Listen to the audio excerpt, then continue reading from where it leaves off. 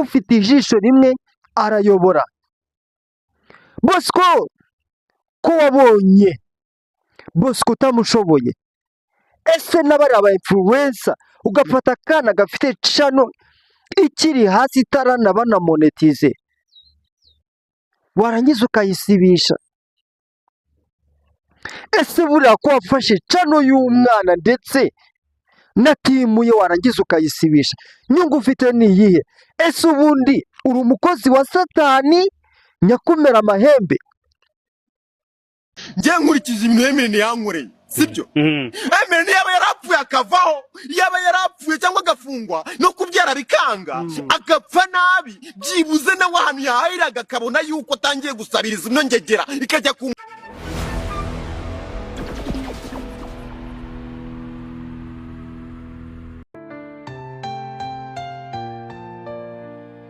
Mboneyeho gushimira umuntu wese wakoze subscribe kuri Gilbert TV ndetse na radio. Muhawe ikaze kuri iki kiganiro tugiye kongera gukora bundi bushyashya, dore yuko noneho Empire wahereye kera kose ushaka ibifi binini, ariko ibifi binini umaze kubona yuko utabishoboye, none wadukiriye no mu dufi dutoya. Gusa reka nongere mvuge kano kantu, mu gihugu cy'impumyi ufite ijisho rimwe arayobora. Bosco ko wabonye Bosco utamushoboye, ese n'abari aba influencer ugafata akana gafite channel ikiri hasi itarana banamonetize, warangiza ukayisibisha? Ese buriya ko wafashe channel y'umwana ndetse na timu ye warangiza ukayisibisha, nyungu ufite ni iyihe? Ese ubundi uri umukozi wa Satani nyakumera amahembe? Reka mbivuge neza, kuba nta bene wanyu ufite ubu none butuvugana, umutsi umwe bazizana, sibyo? Iyo wakize baraza.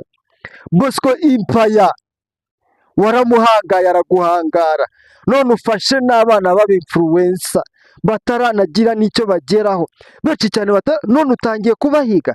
Ese uyu mwana ko yaguye, reka nere kuvuga menshi nanjye nkaba nkuriya mwana wavuze ati nakakuvumye nuko nari nyokorome cyangwa nyogosenge, ese nakuvuma bimarira iki? Ariko Empire ugomba gutekereza neza, ese ubundi ni ukubera iki intambara yaba itwite idatwite, yavutse uwo munsi n'iyapfuye, uwaneye buri umwe wese urashaka akanya rw'umuhagaze hejuru. Ariko ubundi reka mugire inama gatoya. Hari umuntu umwe wavuze ngo niba ushaka kurya amabyi uzarya ikirundo, none wowe urimo urarya n'utw'uruhinja. Empire wikisuzuguza papa, ibaze kano gace nuko uyu mwana uhemukiye, sibyo? Uragafasha uragasibishije. Ese kugasibishije hari ikintu cya mbere YouTube iragafata ikaguhe? Wapi, iragasiba cyane rwose. Gusa nyine hari benshi cyane nabonye bitwaza biriya bitabo bya Adolf Hitler ndetse na Baskandari ndetse n'ibindi bitabo byagiye. Gusa nyine murashaka kugira ngo mwe mudukange. Ariko ari umuntu umwe wavuze ati gushongera mu maso y'abaguseka ni nko gusonzera mu rugo rw'umurozi. Empire urajyayo ko wadukiriye abana, wese ubundi wakomeje ugahangana n'ibifi. Gusa nyine uvuze ko nyir'ubwo yapfuye se uba umwishe, ubundi si inyungu niyi afite kuba YouTube irayifata ikayisiba. Empire ukomeje guhemuka, uricara ukaneneka uwo mudidi ndetse n'uruhara, nta kindi. Empire reka mbyemere ko dufite uburenganzira kandi ko natuyoboye, ariko se umuntu gisapero mbona mu matiku nkayo se afite miliyoni se, Roki wari wamubona mu matiku se afite miliyoni se? Ese Chita we wari wamubona muri ayo matiku? Abo bose ni abantu dufatiraho urugero, ariko wowe uricara ukumva yuko intambara yose ivutse ni MI Empire, uwaneye ni MI Empire, uwarutse ni MI Empire. Ese ubundi uri igiki? Leta y'u Rwanda batungira itoroshi, nubwo benshi cyane abanyamakuru bari kubigenderamo, bari kwisanga mu mwanya utariwo. Gusa nyine itangazo ngira ngo nitangire ndetse nanabone gusabiraho abana b'aba influencer. Nshobora kuba navuze amagambo menshi cyane ndetse bitewe n'agahinda k'umwana yagaragaje igihe twe turimo turaganira, ariko noneho mbonereho kuba nasabira influencer bakiri batoya MI Empire, babarira agira impuhwe, kuko ajya avuga ngo utagize impuhwe nawe ntazazigirirwa. Kandi niyo yaba yakoresheje video yawe mu buryo butari byo, ntago wahita umuhana. Arega na YouTube nayo igira ibihano bitatu, nagipfa gufata televiziyo ngo ihite yisiba ako kanya. Oya, ibanza bakubaha copyright, bakavuga strike, baguha gatatu bakaguhana.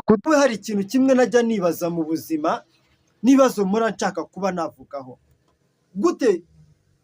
Fata umunota umwe wumve aya majwi ngiye gukina, nurangiza urebe ukuntu ariko ubundi bijya vuga ngo ukubise mu cyeba uyirenza urugo. None we ntabwo ujya uyirenza urugo, ahubwo ushaka yuko uyigumana aho ngaho. Fata kanya gatoya wumva aya majwi. Mbona cyane yanjye barayisiba. None se ko abandi bagerageje kuburana ndetse bamwe bagatanga n'ibimenyetso kuri YouTube, abo n'abafite ubushobozi.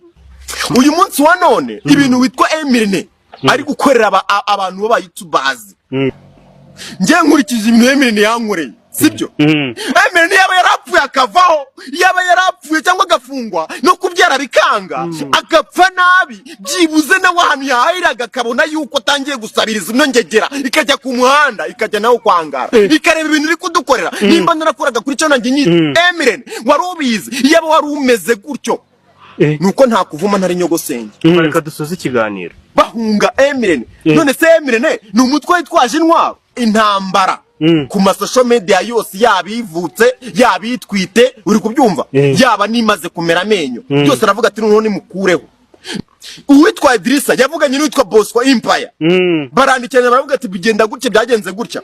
Ariko uwitwa Emirene amaze kuvumbura ko Idrissa afite umubano wa hafi n'uwitwa Bosco, uri kubyumva, aranavuga ati uyu mugabo witwa Bosco bitewe n'ibiganiro ari gukora by'amaroketi ashobora kunshyira hasi, reka nze noneho mfate ibiganiro bye yakoze n'iki n'abantu bagiye bakoraho. Kuko uri umubyeyi nawe ejo uzabyara, ejo hazaza haba abana niyo uri kwangira. Kutaprodinga cyangwa kutagira icyo ushyira kuri YouTube, baguha gatatu, nirwo rukiko rukuru akaburwa yisiba. None wowe ubona umuntu rimwe ugahita umusibira televiziyo ye. Inyungu niye MI Empire. Reka mbivuge noroheje, mbivuge nshishije makeya, kuko ejo ariko reka bikaba abajye bicara binaganike bazunguza inda zabo, bumve yuko bagezeyo. N'ahantu wageze nawe uragera papa. Na Murungi Sabe nawe aracyari gushaka intebe, kandi ariwe dufatiraho urugero, cyangwa Roki Kimomo. None wowe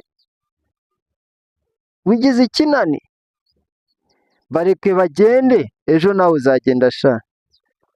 Ntidufite Imana Gilbert.